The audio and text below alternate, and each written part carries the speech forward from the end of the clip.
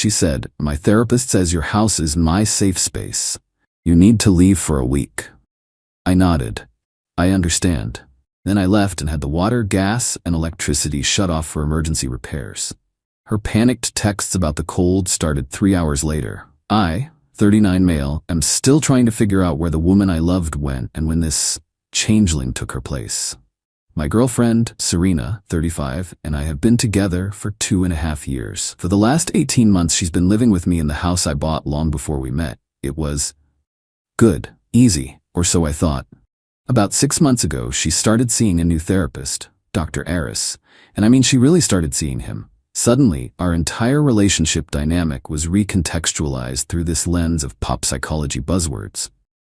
If I forgot to take out the recycling, "Mark, you're defaulting on your share of the emotional labor. It makes me feel unseen." If I wanted a quiet night in instead of going to her friend's party, "I'm hearing a lot of avoidant energy from you. My boundaries require me to be around positivity, so I'm going without you." It was exhausting, but I tried to be supportive. "Hey, if this guy is helping you, great. But I was the one paying for it." Literally. Her essential oils consulting business is more of a hobby that loses money. I cover the mortgage, the utilities, the car insurance, the groceries, her phone bill. She transfers me a few $100 here and there when she has a good month. Last night, she sat me down on the couch. She had that serene, beatific smile she gets right before she's about to say something completely unreasonable.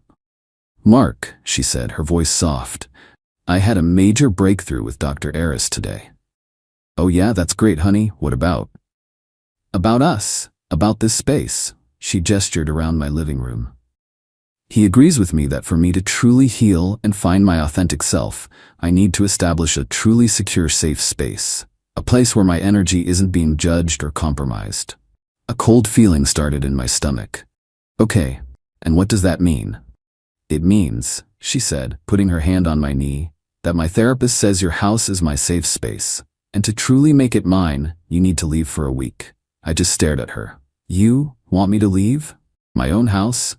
"Just for a week," she said, as if that made it reasonable.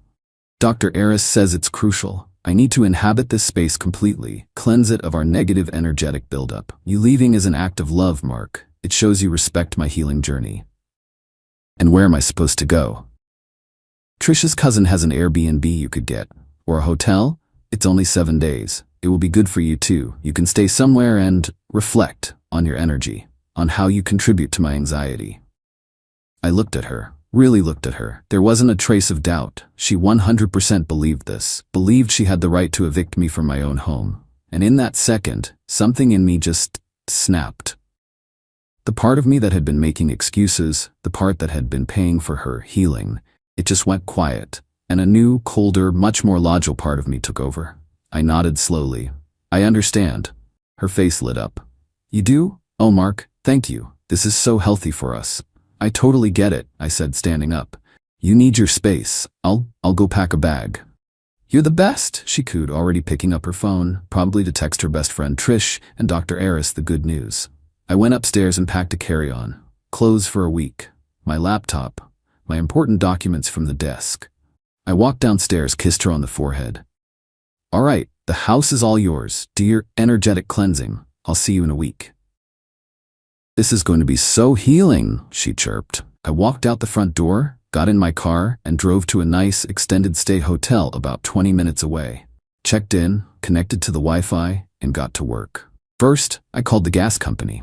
I used the automated system. Report a hazard. I reported a strong smell of rotten eggs in the basement near the furnace. They, as required by law, scheduled an immediate emergency shutoff. Second, I called the water company. "I'm the homeowner. I need an emergency shutoff. I have a major internal pipe burst." "Yes, right now. I'll handle the plumber. You just kill the main." Third, I logged into my electrical provider's website. I'm the account holder. I scheduled a vacation shutoff for maintenance. I set the date for 1 hour from now. I put my phone on Do Not Disturb and ordered a club sandwich from room service. About 3 hours later, the texts started rolling in. I watched them appear on my lock screen.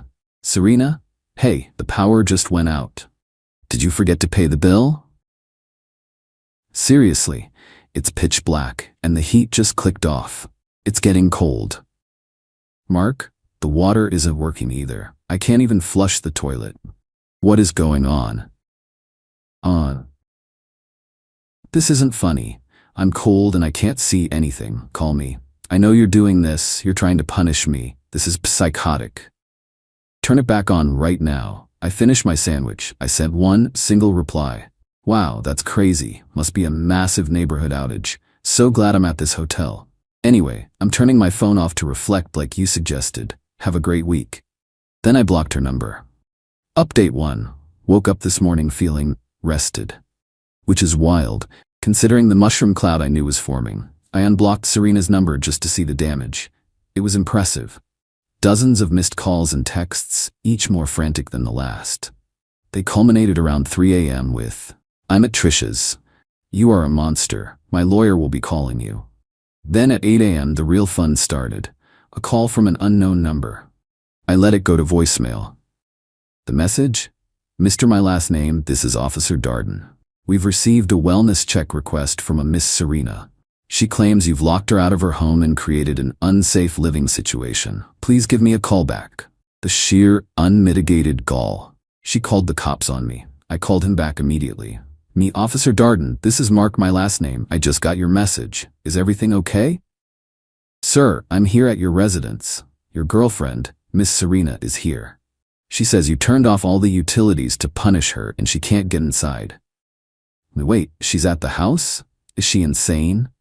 "Officer, I had to leave yesterday because of a critical safety issue. The gas company red-tagged my furnace. I smelled gas and they shut it off immediately. Then my electrician said the main breaker box was sparking. It's a fire hazard. He shut off the main power. The whole house is unsafe. I'm at a hotel until the crews can fix it." "Sparking?" "Me, yes, sir. I told Serena it was unsafe, that I was leaving, and that she needed to come with me. She's been under a lot of stress. She refused. She said she wanted to stay. I figured she'd leave when it got dark. I have no idea why she'd go back there. And the house is locked because it's a dangerous work site. The crews are scheduled for this afternoon." I could hear him turn away from the phone. Muffled talking. "Officerina." "Ma'am." "He's saying the house is a fire hazard. He says he told you not to stay." Serena's voice. "He's lying. He's doing this to control me. My therapist said he would." The officer got back on the phone. He sounded tired. "Sir, this sounds like a domestic dispute." "Respectfully, officer, it's a property dispute. It's my house. I am the sole owner. Miss Serena is a guest who was asked to leave for her own safety while I conduct emergency repairs. I have the utility work orders right here. I can email them to you. I can't have anyone in that house until it's cleared." "Right? Well, ma'am, I can't force him to let you into a house that he owns and claims is unsafe. This is a civil matter."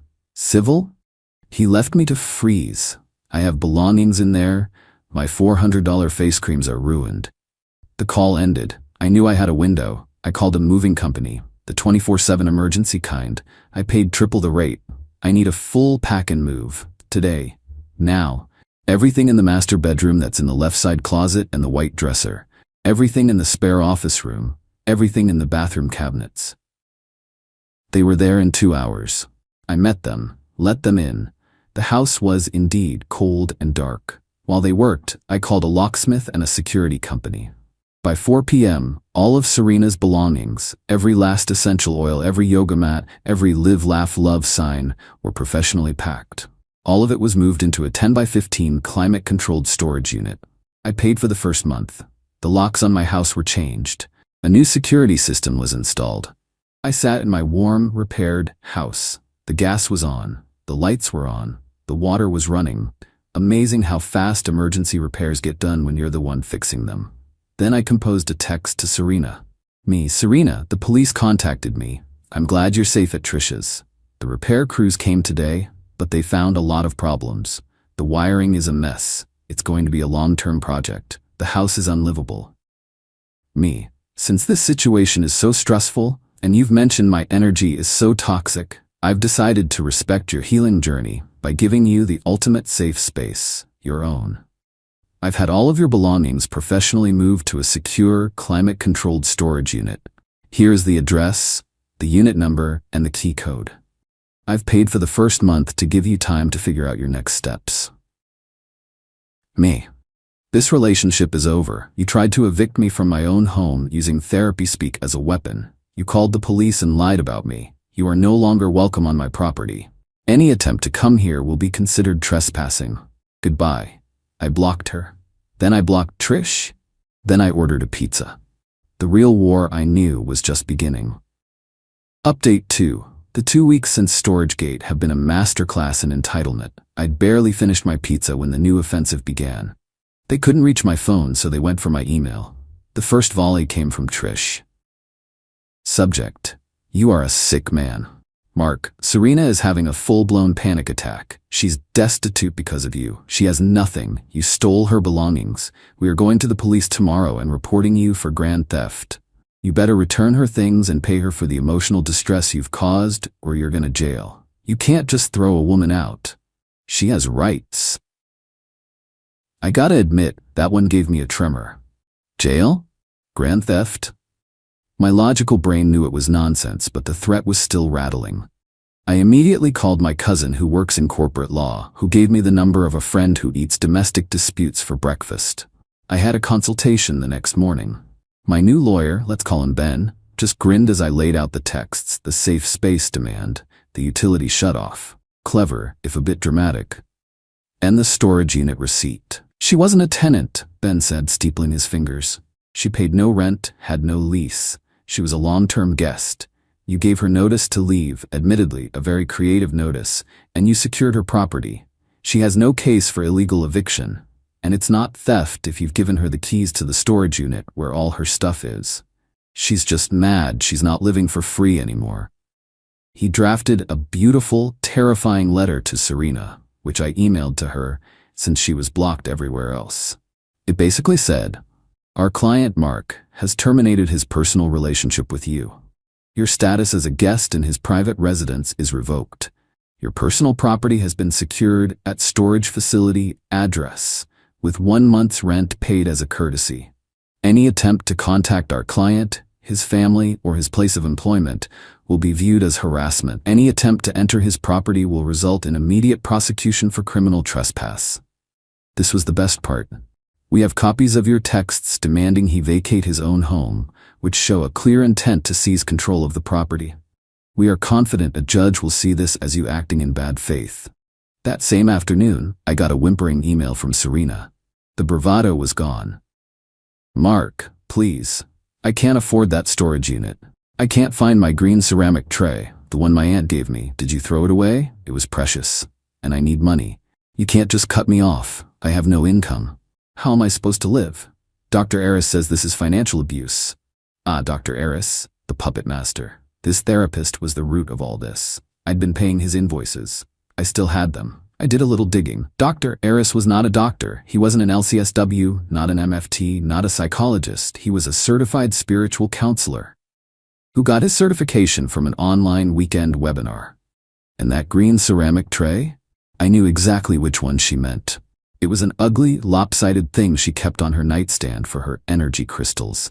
I hadn't seen it when the movers were packing. I went to check the bedroom. There, tucked behind the nightstand, was the tray. And under it, a small, folded receipt. It was from a men's cologne brand. A very expensive one, a brand I don't wear. The charge date was from 3 weeks ago. Suddenly, the safe space demand made a whole new kind of sense. The week I was supposed to be gone, the cleansing of my energy. She wasn't just trying to evict me, she was planning to replace me. My blood went from cold to boiling. This wasn't just entitlement anymore, this was a planned cuckolding. So I took a new step. I found the Dr. Eris Spiritual Guidance business page. I found his professional email, and I sent him a little message. Subject: invoice question and a lost item. "Hello Dr. Eris, you've been treating my now ex-girlfriend Serena. I've been paying your invoices. I'm writing because I believe there's been a mistake. Your counseling seems to have crossed a line from therapy into encouraging a hostile takeover of my home. Also, your friend, Serena, left something here. A receipt for cologne, and this ugly green tray. I have a new security system with cameras. I'm very interested to see if a spiritual guide has been making house calls. My lawyer Ben is also very interested. I expect you to handle this. And by handle this, I mean you need to make sure I never hear from Serena again. No legal threats, no emails, nothing. Or we'll all find out just how holistic your practice really is. I attached a photo of the receipt in the tray. I didn't expect a reply. I was wrong. Final update. The silence was, as they say, deafening. For about 48 hours. I was at my desk trying to untangle a code migration when my personal cell rang. It was Ben, my lawyer. Mark, you're not going to believe this. Oh God, what now? I just got a call, not from Serena's lawyer, from a lawyer representing a Mr. Aris, the therapist. My heart hammered. And Mr. Aris would like to resolve this amicably. His lawyer said his client is deeply concerned about Serena's instability and potential for misinterpretation of his guidance. Misinterpretation. Right, get this. Mr. Aris is generously offering to pay for Serena's storage unit for 1 full year. And he's offering you $5,000 for your trouble and emotional distress in exchange for you signing a non-disclosure agreement about him and his practice. I almost dropped the phone. The cologne receipt. That had to be it. He wasn't just her therapist. He was the guy she was buying cologne for. The safe space was for him. He was terrified of me blowing up his little healing scam. Me, Ben? Counteroffer. I don't want his $5,000. It feels dirty. Tell him I'll sign the NDA on one condition. Ben, I'm listening. I want a formal, notarized letter from Serena. In it, she must state that she was not a tenant, that she paid no rent, that her demands for me to leave were based on personal advice she now recognizes as inappropriate, and that she fully relinquishes any and all claims to my property, now and in the future. She signs that, and I'll sign Aris's NDA, and he gets to pay for her storage for the year. That's surgical, Mark. You're basically having him buy your get-out-of-jail-free card from her. He's gonna have to force her to sign it. He got her into this. He can get her out. It took a week of what I can only imagine was the world's most stressful spiritual counseling sessions. But it came, a FedEx package with a notarized, ironclad letter from Serena, hitting every single point I demanded. Her signature was shaky. I signed the NDA for Aris. I felt nothing, just tired. The final loose end was Trish. She hadn't gotten the memo. She was still on the warpath. She couldn't email me, so she tried to find me on a professional networking site, sending me a message. I see you, you snake, hiding behind your lawyers. Serena is broken. I hope you're happy. Just know, everyone knows what you did. You're a cold, abusive coward. I looked at the message. I thought about the cologne receipt. I thought about the safe space lie. I replied with just one attachment, a scanned copy of the notarized letter Serena had signed where she explicitly admitted everything. Her reply 20 minutes later, oh. She's blocked me now. So, that's it. It's over. I'm out thousands for Ben's time, for the movers, for the locksmiths, for the security system. My house feels empty. I'm constantly checking the new security cameras. I jump when the heat clicks on. I don't feel like a winner. I don't feel justice was served.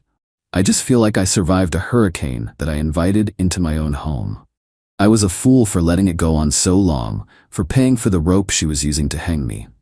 Last night, I took the ugly green tray and the cologne receipt, and I put them in my barbecue.